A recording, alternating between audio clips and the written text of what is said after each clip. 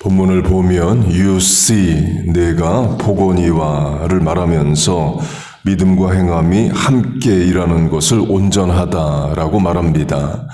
곧 믿음만 있고 행함이 없으면 야고보서가 말하듯이 죽은 믿음이고, 믿음은 없는데 행함만 있으면 그건 윤리, 인격, 도덕, 자기의로 신앙이 아닙니다. 곧 믿음이 보이지 않는 내면이라면 행함은 you see, 눈으로 볼 수 있는 외면의 실천이에요. 속담으로 하면 그 집 아궁이에 불을 떼는지 안 떼는지는 그 집 내부라 밖에서는 모릅니다. 그러나 굴뚝에 연기 나는 걸 보면 아니 땐 굴뚝에 연기 날까로 내면의 세계를 겉으로 알 수 있습니다. 곧 믿음은 행함으로 드러난다. 그래서 you see, 내가 보거니와 알거니와 이에요. 본문이 18절로 하면 show me, I will show you. 네 믿음을 내게 보이라. 나는 내 믿음을 내게 보여주겠다로 이제 보다 보여주다를 말합니다. 보여지는 믿음, 드러나는 믿음을 말합니다. 그걸 본문 바로 위에 아브라함으로 적용을 하겠습니다. 본문의 그의 행함, his action의 his가 본문 위 아브라함이기 때문입니다. 창세기 12장을 보면 하나님이 아브라함에게 고향 친척 아비집을 떠나 내가 네게 지시할 땅으로 가라 명하십니다. 지시할 땅으로, 미래형으로 어디로 가는지 나중에 알려줄 테니까 일단 떠나라 하셔요. 이를 히브리서 11장은 He did not know where he was going. 갈 바를 알지 못하고 떠났으며로 말합니다. 고향 친척 아비집을 떠나라 하는 것도 쉬운 일이 아닌데 어디로 가라는 건지도 말씀을 안 하시고 일단 떠나라는 말씀에도 아브라함은 순종합니다. 아브라함이 짐을 싸서 그렇게 이동을 합니다. 누가 물었을 수 있습니다. 어디로 가는데요? 아브라함의 답은 이겁니다. 나도 몰라. 사람들이 미쳤다고 할 수 있습니다. 1, 2주 여행을 가도 어디로 가는지 알고 계획을 하고 가는데 아예 아비집 고향 친척을 떠나면서도 어디로 가는지도 모르고 떠납니다. 이때 아브라함의 믿음은 이겁니다. 하나님이 인도하시겠지. 일단 떠나면 길을 알려주시겠지. 전적으로 하나님을 신뢰합니다. 그런 순종을 해요. 믿음이 있으니까 겉으로 드러나는 행함에 그런 순종이 되는 거죠. 그걸 창세기 12장은 아브라함이 여호와의 말씀을 따라갔다고 말합니다. 우리도 그런 실천, 순종, 행함을 해야 할 때가 있습니다. 하나님 말씀에 순종하는데 사실 이해가 안 돼요. 하나님이 설명도 안 해주십니다. 그래도 성도는 우리는 순종합니다. 하나님을 신뢰하니까 믿으니까 설명 없어도 이해 안 돼도 순종합니다. 그렇게 아브라함이 하나님을 믿습니다. 뒤집어서 말하면 하나님도 아브라함을 믿어주셔요. 예를 들어 천사가 하나님께 묻는다고 해보세요. 하나님, 아브라함에게 아들을 죽여 번제로 바치라 하셨는데 왜 그렇게 해야 되는지 설명해 주셔야 되는 거 아닌가요? 어느 인간이 그런 명령을 이해하겠어요? 라고 했을 때 하나님의 답은 아브라함에게는 설명 안 해도 돼. 일 수 있습니다. 사람 관계에서도 그런 관계 있습니다. 내가 일일이 설명 안 해도 명령만 해도 순종하는 관계가 사람 사이에도 있죠. 그러면 상호 신뢰 관계입니다. 하나님과 아브라함은 그런 관계가 되고 아브라함은 하나님을 신뢰하고 하나님은 아브라함을 믿어 주십니다. 곧 하나님이 아무에게나 아들을 번제로 바치라 안 하십니다. 믿음이 있고 관계가 되는 사람에게만 그런 명령을 하셔요. 그러면 뒤집어서 보면 하나님이 내게 명하시는 명령의 수준, 명령의 강도를 보면 하나님과 나의 관계, 하나님이 내게 기대하시는 바의 정도가 드러날 수 있습니다. 어제 강조한 만 1살, 2살의 신앙 정도의 수준밖에 안 된다면 하나님은 아브람 같은 명령을 내게 안 하십니다. 어제 강조한 대로 안 돼 하지마, you don't 정도의 명령만 하시겠죠. 그러나 장성한 분량으로 성장하면 하나님도 거기에 맞는 명령을 하십니다. 희생, 봉사, 헌신, 수고의 명령을 하시게 돼요. 그리고 나는 순종합니다. 그렇게 아브라함의 믿음이 행함으로 드러납니다. 예수님의 제자들도 마찬가지이에요. 제자들도 행함이 있는 믿음입니다. 베드로로 하면 베드로에게 부인이 있습니다. 예수님이 베드로의 장모의 열병을 고쳐 주시죠. 장모가 있다는 것은 부인이 있다입니다. 그 말은 베드로가 가장으로 갈릴리 호수에서 물고기를 잡아 일용할 양식을 벌어오는 브레드 어너, 생계를 책임지는 가장이라입니다. 그리고도 마태 누가복음을 보면 베드로의 장모가 베드로 집에 누워 있습니다. 베드로의 집에 들어가사 그의 장모가 알아 누운 것을 보시고, 장모 집에 가서 고쳐주신 게 아니라 베드로 집에서 고쳐주십니다. 추측컨대 베드로의 장인이 돌아가셨다든지 해서 없고 장모만 있는 상황일 수 있습니다. 남편이 있으면 장인 집에, 남편 집에 있지 사위 집에 와 있을 리가 없죠. 또는 아들들이 있다면 아들들 집에 가 있을 수 있는데 딸 집에, 베드로 집에, 사위 집에 와 있다는 베드로 장모가 원래 베드로 집에 살고 있다가 될 수도 있습니다. 곧 베드로가 아내만 돌보는 게 아니라 장모도 돌보고 있는 상황일 수 있어요. 곧 베드로가 생계를 책임지는 대상이 아내 더하기 장모일 수 있습니다. 그런데 어느 날 예수님이 베드로에게 나를 따르라 하셔요.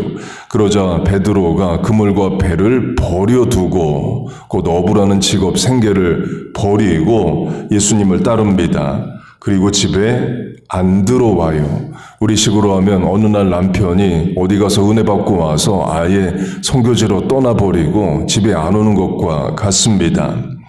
베드로의 실존도 믿음 없으면 못합니다. 요한복음 1장을 보면 베드로 집 고향을 벳세다라고 말합니다. 빌립은 안드레와 베드로와 한 동네 벳세다 사람이라. 벳세다 할 때 벳은 집이고 세다는 어부입니다. 어부의 집, 동네 이름 자체가 어촌입니다. 갈릴리 호수 근처의 집이에요. 그렇게 베드로의 집은 벳세다에 있습니다. 예수님은 주로 어디 계시냐? 가버나움에 계셔요. 가버나움과 벳세다는 6마일 거리로 걸어서 1시간 40분 정도의 거리입니다. 이는 베드로가 아침에 일어나서 부인이 해주는 밥 먹고 1시간 40분 걸어서 예수님 계신 가버나움에 갔다가 또 저녁이 되면 1시간 40분 걸어서 부인은 있는 벳세다로 다시 돌아오고가 아닙니다. 출퇴근한 게 아니에요. 가버나움에 가서 예수님과 24/7으로 동거동락합니다. 그리고도 예수님이 남부 유다 예루살렘으로 자주 가셔요. 출장도 따라갑니다. 곧 베드로 부인 입장에서는 남편이 집에 안 들어옵니다. 물고기도 잡아오지 않아요. 아브라함처럼 고향 친척 아비집을 떠나는 것과 같은 실천을 베드로도 한 겁니다. 베드로의 실천도 인간적 이해와 설명으로는 안 되죠. 믿음으로만 할 수 있는 행함입니다. 또 확대 적용하면 왜 하나님은 아브라함에게 고향 아비집 친척을 떠나라고 하셨을까? 왜 예수님은 베드로에게 베드로의 집이 있고 부인과 장모가 있는 고향 친척 자기 집을 떠나라 하셨을까? 신앙을 위해서입니다. 여호수아 24장을 보면 아브라함의 아버지 데라가 강 건너편에서 다른 신을 섬겼다 말합니다. 그 유프라테스 강 근처에서 메소포타미아에서 아브라함의 아버지가 다른 신을 섬겼어요. 그 말은 아브라함도 다른 신을 섬겼다입니다. 아브라함은 75세부터 하나님을 알고 믿고 섬깁니다. 그 말은 75년 동안 다른 신을 섬기는 우상 숭배자로 살았다는 거죠. 그래서 하나님이 고향 친척 아비집을 떠나라는 말에는 우상숭배의 삶, 지역의 신을 섬기던 삶을 떠나라가 포함이 되어 있는 겁니다. 베드로도 비슷할 수 있습니다. 베드로 집이 고향이 벳세다인데요. 예수님이 이런 말씀을 하십니다. 화 있을진저 고라시나 화 있을진저 벳세다야 너희에게 행한 모든 권능을 두로와 시돈에서 행하였더라면 그들이 벌써 베옷을 입고 제에 앉아 회개하였으리라. 베드로의 집이 있는 벳세다를 저주하십니다. 두로와 시돈, 이방인 사는 땅만도 못한 곳으로 두 지역 꼽으시는데 그중 하나가 벳세다이에요. 예수님이 이스라엘의 그 많은 지역 중에서 화 있을진저라고 하신 두 지역 중 하나가 베드로 고향 벳세다입니다. 그리고 벳세다가 회개하지 않는 것을 말씀하셔요. 그 말은 벳세다 사람들이 죄짓고 있다는 거죠. 곧 고라신과 더불어 벳세다는 죄가 많은 동네라는 겁니다. 그렇게 보면 예수님이 베드로를 죄 많은 동네 벳세다에서 빼내시는 것과 같습니다. 아브라함을 우상 숭배하는 고향 아비집으로부터 빼내시는 것과 유사하죠. 예수님 제자 마태도 마찬가지입니다. 세리라는 직업을 가지고 세관에서 일하고 있었습니다. 당시 세리는 월급이 없었다고 말합니다. 그 말은 로마에 내야 할 정해진 세금을 거두고 자기 월급은 또 세금을 걷어서 자기가 갖는 거예요. 인간의 욕심이 끝이 없죠. 더 많은 세금을 거두어서 자기가 갖게 됩니다. 그래서 동족 이스라엘로부터 창기와 더불어 죄인이라 정죄함을 받았습니다. 그러면 예수님이 마태를 부르신 것 또한 죄인된 삶에서 건져내시는 것과 같습니다. 그렇게 예수님이 마태를 제자로 부르십니다. 마태는 세리의 일을 그만둡니다. 수입이 없어지는 거죠. 베드로가 물고기를 안 잡고 예수님 따라다니는 것과 마태의 실천이 같은 차원입니다. 곧 마태도 베드로도 세상 말로 하면 가족 친척들이 보면 대책 없는 실천을 합니다. 다 아브라함 같은 실천을 하는 거죠. 이해와 설명을 넘어서는 삶을 삽니다. 본문으로 하면 행함이 있는 믿음을 살아요. 그리고도 예수님이 그런 명령을 하셔도 순종할 만하니까 그런 명령을 하신 거죠. 적용하면 하나님은 내게 어떤 명령을 하실까요? 내 믿음과 행함의 수준에 맞춰서 명령하실 수 있습니다. 그래서 나는 아브라함 이야기, 베드로 마태 이야기 읽어도 사실 나는 그런 경험이 없다. 하나님은 내게 부담되는 명령을 하지 않으신다. 아브라함처럼 자식을 번제로 바치라. 그런 고민되는 명령 받아본 적도 없고 고향 친척 아비집을 떠나라 해서 그런데 어디로 가는지 이야기도 안 하시는 설명 없는 명령에 순종해 본 적도 없다.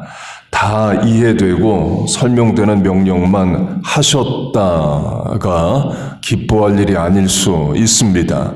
나는 부담되는 명령을 받아본 적이 없어는 믿음이 더 성장해야 되고 행함도 더 성장해야 된다가 될 수 있습니다. 하나님이 내게 어떤 중한 명령을 하실 상태가 아직 아니다 일 수 있기 때문에 그래요. 물론 우리의 믿음, 행함 성장합니다. 순종, 실천 자라납니다. 새벽 기도로 하면 내 소원 들어주소서만 기도하다가 어느 순간 하나님의 뜻을 위해 나를 사용하소서로 먼저 그의 나라와 그의 의를 구하라로 기도의 내용도 바뀌어 갑니다. 하나님을 위해 헌신 수고하게 되어 있어요. 강조점은 you see 내가 보거니와 show me I will show you 믿음을 보이라 나는 내 믿음을 내게 보이리라로 행함으로 대표되는 드러나는 믿음의 실천이 있다 이에요.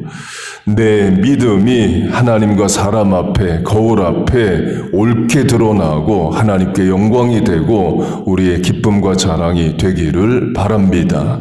우리 부모 자녀 다 그런 믿음 주시길 축복합니다. His action, 아브라함의 행함과 아브라함의 믿음을 본받는 우리 모두 되시기를 주의 이름으로 축복하고 축원합니다. 아멘. 기도하겠습니다. 하나님 아버지, 우리에게 아브라함의 믿음과 행함, 실천을 주옵소서. 베드로와 마태의 믿음과 순종을 허락하여 주옵소서. 그래서 하나님이 어떤 명령을 하셔도 뜻을 이루어 드리는 믿음의 사람, 순종의 사람 되게 하여 주옵소서. 우리의 자녀들에게도 그런 믿음을, 행함을 허락하여 주옵소서. 하나님, 이 아침에도 삶의 무게와 인생의 짐과 계획과 소원을 가지고 나왔습니다. 전능하신 하나님 앞에 아뢰오니 긍휼히 여기시고 은혜를 내려 주옵소서. 또 이렇게 기도하고 험한 세상 나갑니다. 일마다 시마다 사건마다 사람마다 동행하시고 인도하여 주옵소서. 예수님의 이름으로 기도하옵나이다. 아멘.